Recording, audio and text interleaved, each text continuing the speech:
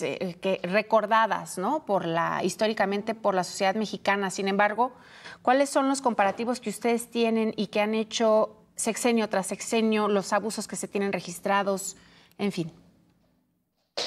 Bueno, sobre todo me gustaría poner en antecedente al auditorio respecto a lo que pasa desde el 2000.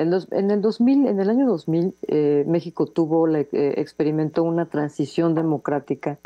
Recordaremos que ganó el presidente Fox, estábamos enfrente de una transición democrática.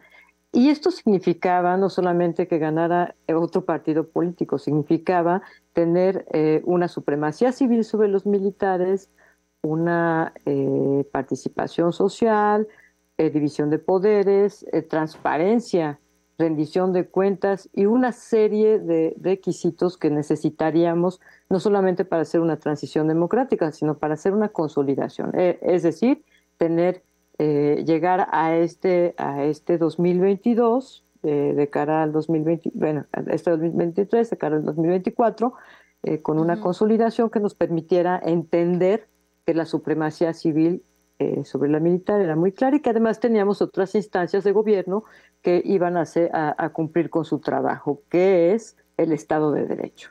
El Estado de Derecho es, digamos, el torrente sanguíneo del Estado que permite que las instituciones sean legítimas. Es decir, vuelvo con el tema de la democracia, que nuestra democracia se alimente, camine bien y que no acabe teniendo una especie de enfermedad terminal en donde ahora nos encontramos.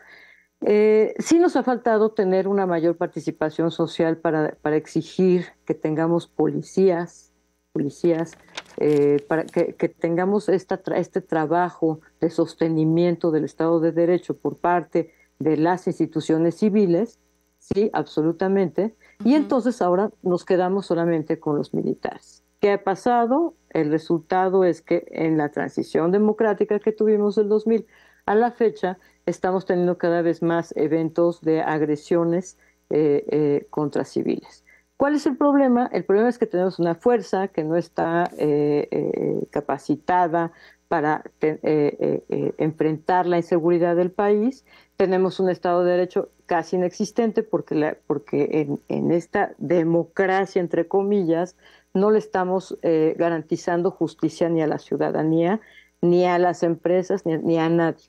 Y además tenemos un tema de policías cada vez más, tenemos cada vez menos policías, tenemos cada vez más problemas laborales con policías, quejas, tenemos un presupuesto muy Abusos. deficiente, abusos absolutamente, entonces no estamos fortaleciendo esta parte. Y ya la oficina en México, el Alto Comisionado de las Naciones Unidas, ya nos hizo una observación respecto a que el empleo de las armas de fuego debe ser el último recurso, hablando de estas agresiones militares contra civiles.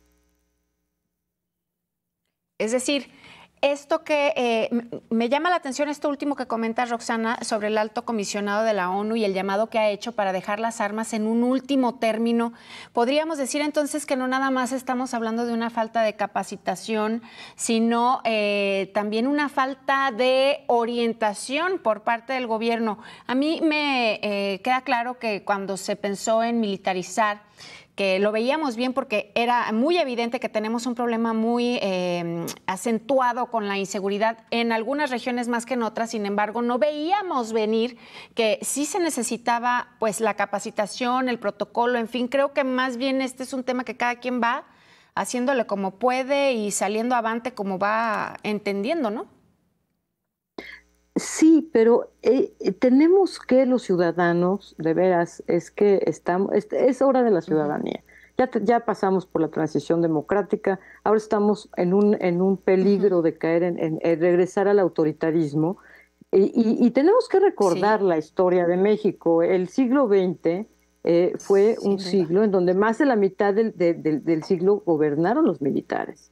Y bueno, tuvimos una situación con los militares, realmente los civiles con los militares en el siglo XX bastante tranquila, entre comillas, porque no fuimos los países de Sudamérica en donde llegaban los militares y te sacaban de tu casa a golpes porque eras comunista. No, a ver, no llegamos a ese punto. Ni tampoco tuvimos un golpe de Estado ni nada, Sí. pero estamos en una circunstancia muy compleja en donde el Estado mexicano y su democracia tendría que hacer un alto y entender que necesitamos hacer policías. A ver, ¿qué pasa con la policía? La policía es una figura que, salvo en Castilla, se instituyó en 1476. Realmente es una figura nueva cuando pensamos que los militares estuvieron presentes en la historia del mundo, ejerciendo inclusive el orden, la coerción, etcétera, para lograr que las monarquías y que los liderazgos políticos emergieran, los centralismos, etcétera, luego los partidos políticos, y así se fue sofisticando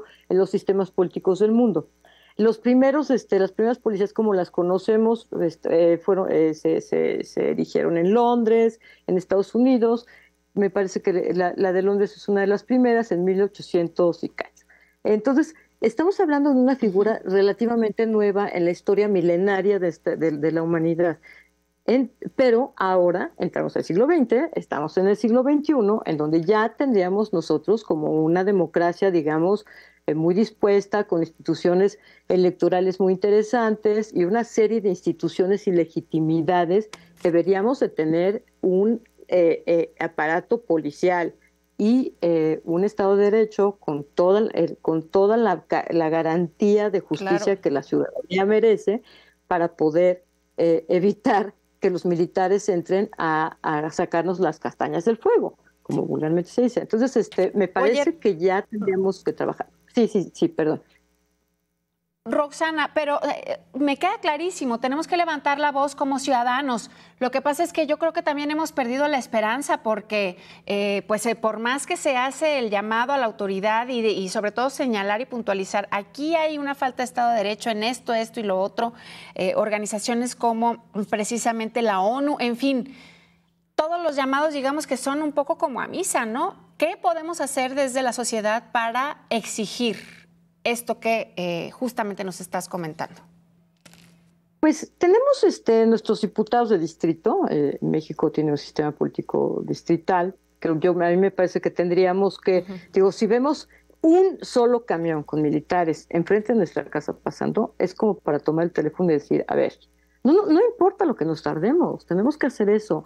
A mí me parece muy interesante que en los últimos años, mira, yo recuerdo cuando en el sexenio de Calderón precisamente, yo decía, bueno, yo creo que debe de haber un costo político para los gobernadores que presumen que hacen conferencias de prensa flanqueados del comandante de la zona militar y la región militar, porque debe ser vergonzoso que estos tíos no han logrado hacer una policía, ¿no?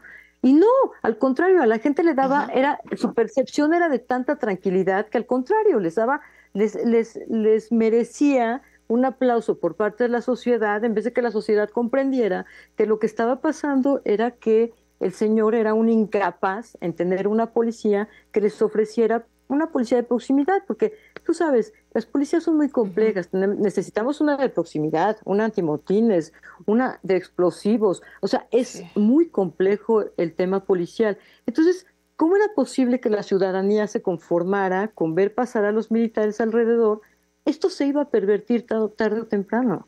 Además, me parece que lo que necesitamos la ciudadanía es entender que los militares en nuestras ciudades patrullando es una anomalía. No es parte del Estado de Derecho, del contrato social, de lo que nosotros como ciudadanos deberíamos exigir. Nosotros necesitamos una policía que sepamos quién es, que nos podamos quejar si hay algún problema, o si hay algún problema de poder en contra nuestra. Eso es lo que necesitamos hacer. Y necesitamos también que haya justicia, necesitamos esta transparencia. No es posible que todos los días vemos gente quejándose de que no supo cómo estuvo la investigación, los desaparecidos y una cantidad de impunidad del 98% de acuerdo a los indicadores internacionales. Entonces, así es. Es sin duda un tema alarmante, Roxana, y yo creo que justamente esto que platicas de la policía de proximidad, que en muchísimos municipios se ha perdido porque ya ni siquiera les tenemos confianza o no existen, ¿no? Porque también ese es el otro lado de la moneda. Podríamos comenzar a exigirle a los ayuntamientos municipales, pues, el granito de arena, ¿no?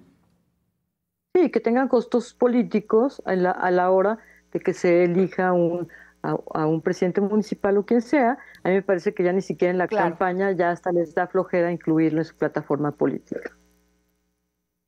Sin duda. Pues ojalá que podamos platicar nuevamente sobre este tema y que sean mejores panoramas. Gracias, Roxana Juárez.